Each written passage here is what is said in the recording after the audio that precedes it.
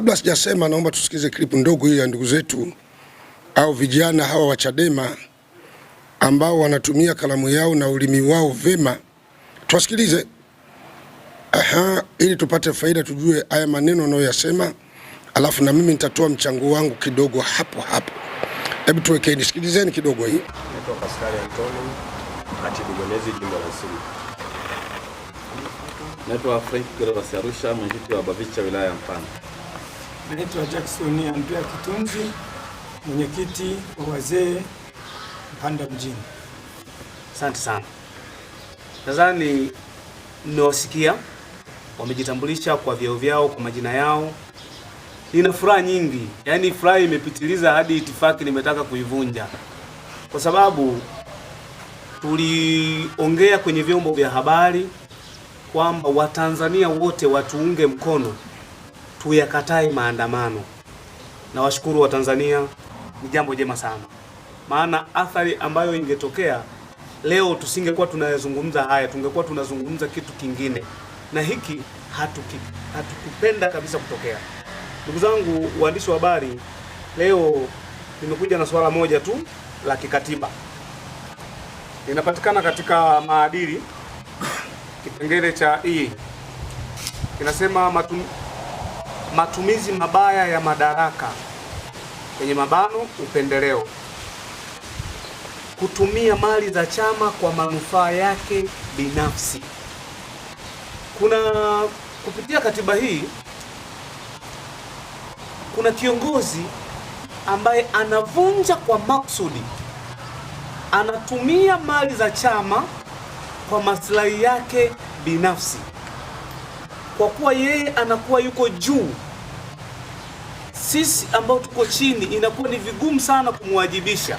Sasa huyu anayetumia mali za chama kwa maslahi yake binafsi, au ili genge la hawa watu wanaotumia mali za chama kwa maslahi yao binafsi, naomba serikali kupitia idara ya TAKUKURU, tunajua TAKUKURU wanafanya kazi nzuri, hebu ingilieni, katiba yetu iko wazi. Hawa watu wanaotumia mali za chama binafsi muwajibishe. Sisi kwa kuwa Watanzania mnatusikia, tumeamua sasa tuunganishe nguvu kwa pamoja. Baada ya kuunganisha nguvu kwa pamoja, kama mlivyotusikia kutokufanya yale maandamano ya vurugu, leo tumekuja na mpango mmoja wa kufanya maandamano ya amani, kuwatoa viongozi wote wabadhirifu wa fedha waondoke, watuachie chama chetu ili turudi kwenye mifumo na misingi ya Chama cha Demokrasia na Maendeleo, Chadema. Hatuogopi vitisho vya kusema kwamba wewe umeongea tunakufuta cheo. Ndugu zangu, Watanzania wenzangu, kwa kuwa Chadema inaamini kwenye nguvu ya umma, ninaamini hata kama watachukua cheo changu, umma mtanitetea na mtanirudisha kwenye nafasi yangu, tutaendelea kama kawaida, kwa sababu sitetei maslahi yangu binafsi, bali ninatetea maslahi ya chama chetu wote. Lengo, mali za chama zitumike kwa misingi ya chama. Wakati yupo Mheshimiwa Mbowe, nadhani mambo mengi yalifanyika, mambo mengi yalienda. Kwa nini leo muda mfupi huu kumetokea ubadhirifu mkubwa wa chama kwa muda mfupi tu? Kwa nini? Kwa ndugu zangu, Watanzania wenzangu mnaotusikiliza, hivi vyombo ninaamini vitaenea sehemu kubwa na kila mmoja atasikia. Viongozi wanaotumiwa kura hizo pesa ni makamu mwenye katibu mkuu na viongozi wengine waandamizi. Hawa ndio wenye tuhuma za kula fedha na mali ya chama. Maandamano yetu, kama tutapata kibali, na ili tunaomba serikali, kama hawa watu walifanya maandamano tarehe 29 yakaleta mauaji, nilikuwa ninaomba kabisa serikali kwa dhamira na kwa nia njema ituruhusu ili tufanye maandamano ya amani. Tunategemea kama itawezekana kuanzia Jumatatu tuweze kuyafanya maandamano, na lengo la maandamano tunazunguka yanaishia ofisi za chama kwa ajili ya kuang'oa hao watu. Ni nchi nzima, sio mkoa mmoja. Pesa ambazo amezitumia Heche zinatoka kwa wafadhili, zinatoka kwenye michango yetu. Sisi tuna kipengele ambacho kinaitwa tone tone. Kwenye hii tone tone yetu hii, mwenye 100, mwenye 200, hizi ndio zimekusanywa, zimefanya matumizi ambayo sio malengo ya chama. Chama chetu tuna programu ambayo tulikuwa tumeiweka. Kwanza, moja, tone tone kazi yake ilikuwa ni kusaidia mikutano tone tone. Lakini toka hii mikutano unayoiona inaendelea, hakuna fedha ambayo imetolewa na kamati kuu kuileta kwenye ile mikutano kusaidia chama. Tafsiri yake wanakuambia kwamba kila mkutano ujigaramie wenyewe. Yaani nyewe mchangishane tena, achana na ile tone tone. Hizi fedha ukihoji ziko wapi, unaambiwa hizi fedha makao makuu, kulikuwa madeni na nini. Yaani hakuna majibu kamili. Kwa kama hakuna jibu kamili la fedha imekwenda wapi, tafsiri yake, yani jibu rahisi ni kwamba fedha imeliwa. Kama ipo, iko wapi? Chadema tunatamani kufanya maridhiano na serikali.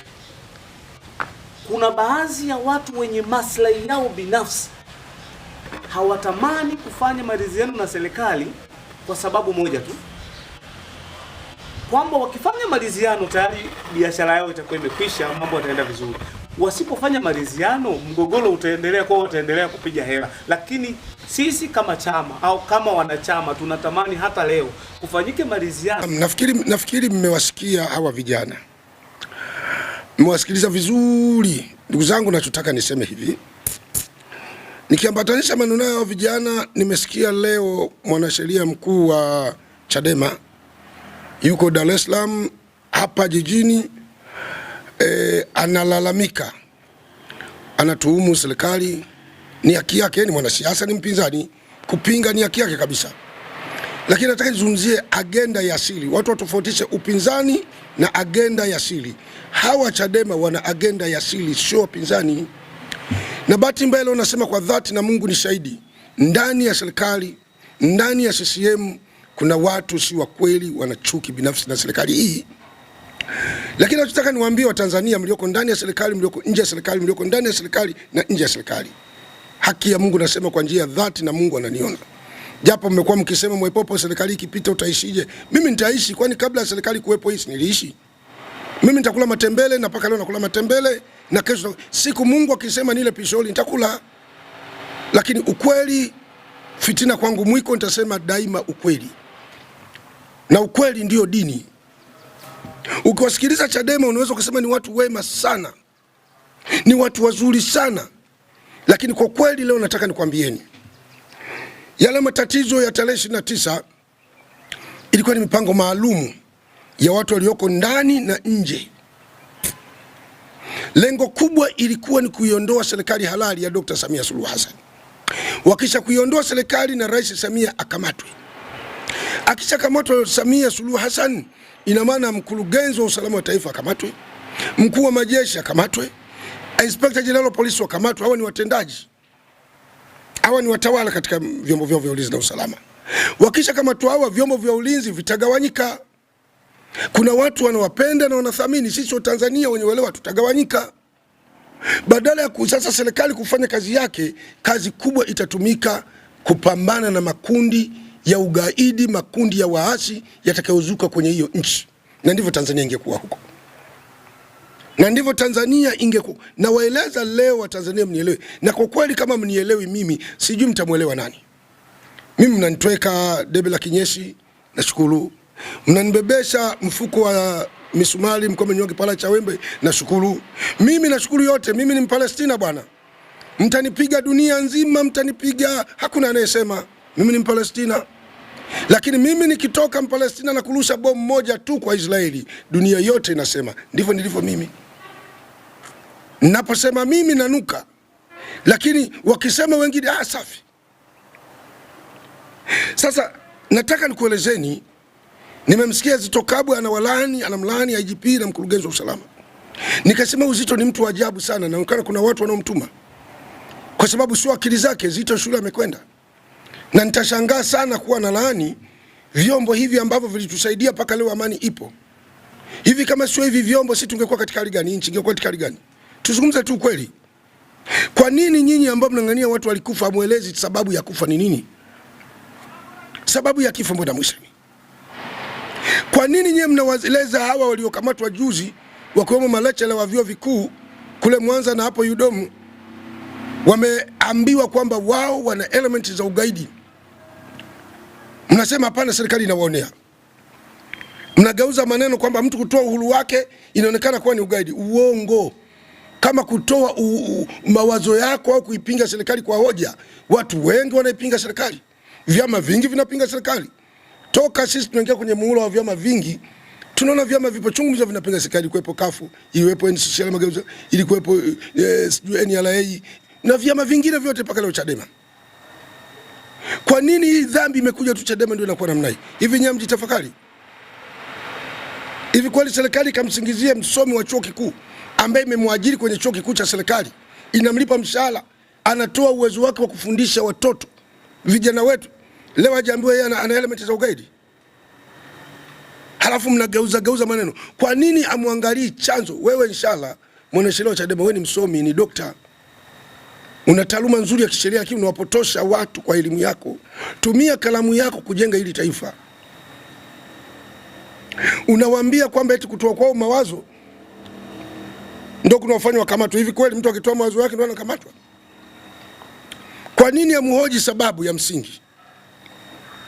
Kwa nini hamtaki kusema ukweli kwamba hawa watu wezekani ilikuwa ni tatizo, tuviachie vyombo viendelee na uchunguzi na mahakama itafanya uchunguzi wake, ikijiridhisha itawatia hatiani, kama ikujiridhisha itawachia huru. Duniani kote ndivyo ilivyo. Sasa serikali haiwezi kuishi kwa vitisho vya watu. Ina maana nyinyi mnataka serikali iende kama mnavyotaka nyinyi, kitu ambacho hakiwezekani duniani kote, hakiwezekani. Na kuelezeni ukweli, hakiwezekani. Na kuonesha Tanzania ni nchi nzuri. Hao kina Lissu walikuwa Ulaya, kina Godbless Lema walikuwa nje, na wengineo watu wa Chadema. Kwa nini wakukaa huko nje? Kama kweli kule Ulaya ni kuzuri, kama kweli Ulaya kuna maisha, kwa nini wakukaa huko? Wamerudi hapa kwa sababu hapa kuna maisha mazuri. Wamekuja hapa kuna maisha. Maisha ya Ulaya mtu unaishi unazungumza na familia yako tu. Ukitoka nje kila mmoja amenuna. Hayo ndio maisha. Ulaya ukitoka tu nyumbani kwako ukafunga geti, kila mmoja ni ndugu. Kila mmoja ni ndugu. Maisha ya Afrika hayo. Ukifunga geti kila mmoja ni ndugu.